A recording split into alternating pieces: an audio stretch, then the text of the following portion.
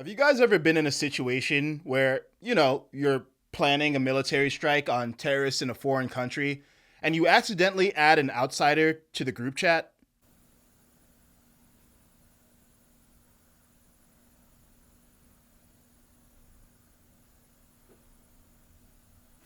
No? Just me?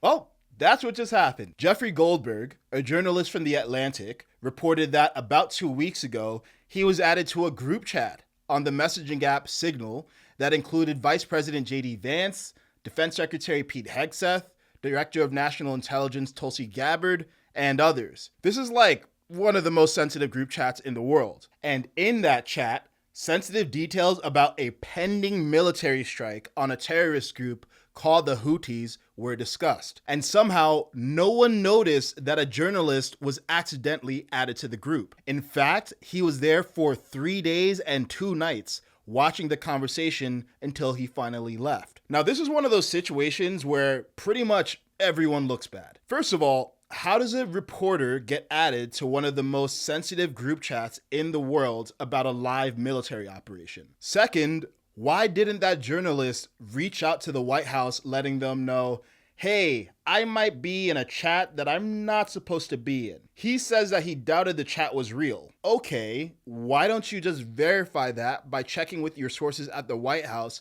rather than being a fly on the wall in a room for 2 days and 3 nights when there's a non-zero chance that you shouldn't be in there? Third, why is the White House using a third-party app for sensitive communication about pending military operations? Now, it's worth noting that the Biden administration used Signal too.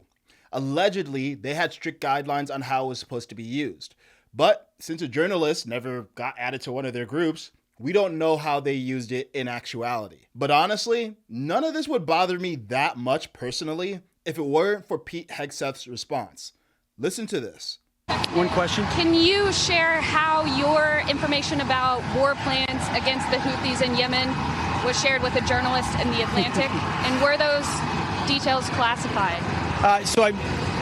You're talking about a deceitful and highly discredited so-called journalist who's made a profession of peddling hoaxes time and time again, to include the hoaxes of Russia, or the fine people on both sides hoax, or suckers and losers hoax. So this is the guy that peddles in garbage. This is what he does. Why were those details shared on Signal, and how did you learn that a journalist was privy to the targets, the types of weapons used? I've heard I was characterized.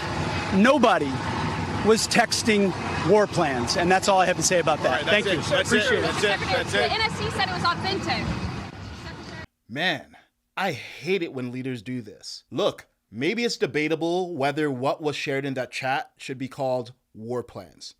And Trump's team claims that no classified information was shared in the chat. But what's obvious is that a reporter was invited to a sensitive group chat that he should not have been in. But rather than Pete saying, hey, yes, we messed up and we're going to look into it, or he could have said, yes, we messed up.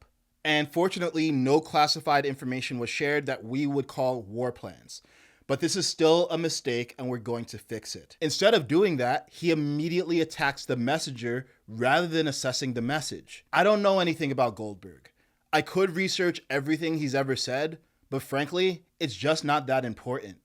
Because even if he is a fraud can still say the truth. This is cut and dry. A leader made a mistake. Just take the L and move on. Don't turn accountability on you into hostility toward another. And just to acknowledge for a second, I don't like Pete's defensiveness here, but I get it, because politicians are under constant attack, which fuels defensiveness. But leadership means rising above that, not lashing out.